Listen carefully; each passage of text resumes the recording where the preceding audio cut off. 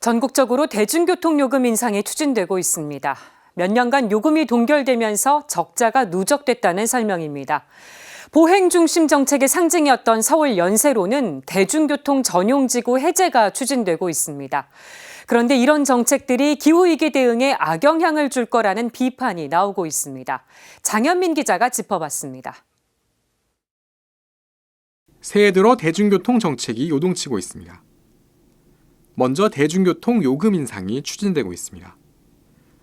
서울시의 경우 이미 지난 1일을 기점으로 택시 기본요금이 3,800원에서 4,800원으로 1,000원 인상됐습니다. 지하철과 시내버스, 마을버스 요금도 오는 4월부터는 300원씩 오를 예정입니다. 서울시 공공자전거인 따릉이 1일권 가격은 100% 인상되고 남산터널 등에 적용되던 혼잡 통행료의 폐지도 추진되고 있습니다. 대중교통 정책 변화가 가장 극적으로 드러나고 있는 곳은 신촌 연세로입니다. 연세로는 신촌 로터리에서 연세대까지 이어지는 500m 정도의 짧은 길입니다. 연세로는 2014년부터 주중엔 보행자와 대중교통만 통행하는 대중교통 전용지구, 주말엔 보행자만 이용할 수 있는 차 없는 거리로 운영돼 왔습니다. 하지만 지난해 10월 차 없는 거리 운영이 종료됐습니다. 게다가 오는 20일부터 9월까지 대중교통 전용지구 역시 일시 해제됩니다. 대중교통 요금 인상과 전용지구 해제의 배경은 경제성입니다. 지하철, 버스의 적자 규모가 1조 원을 훌쩍 넘는 상황에서 요금 인상은 불가피하다는 겁니다. 전용지구 해제 역시 신촌 상권을 살리기 위해선 피하기 어렵다는 게 서울시와 관계자들의 설명입니다.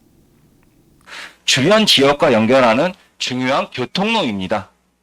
이 중요한 교통로, 애당초 처음 도시 설계부터 만들어졌던 중요한 교통로가 지난 10여 년 동안 막혀 있었던 겁니다. 반면 기후위기 대응을 위해선 현 대중교통 정책 방향을 바꿔야 한다는 목소리도 나옵니다. 서울환경연합은 시의 대중교통 요금 인상 정책에 대해 정책 개선 없이 요금만 올리는 것은 기후위기를 유발하는 한편 서민 경제에 부담만 안겨줄 것이라고 반발했습니다. 이어 기후위기 시대에 자동차 중심 교통정책을 추진해선 안 된다고 지적했습니다. 시민단체들은 대중교통 전용지구 해제 역시 자동차 중심 교통정책의 연장선이라며 기후위기 대응에 역행하는 정책이라고 비판했습니다. 무엇보다도 기후위기 상황에서 사실 온실가스 감축을 위한 전방위적인 노력을 펼쳐야 할 상황입니다. 그래서 대중교통 전용 지구도 기후위기 대응과 직결되는 정책인데 이렇게 단체장이 바뀔 때마다 정책이 뒤집히는 것이 굉장히 우려스럽고요. 전문가들은 갈등 해결을 위해선 우선 대화가 필요하다고 강조합니다. 일방향적으로 정책을 추진하기보단 각자의 의견을 더 진지하게 수렴하는 자리가 필요하다는 겁니다.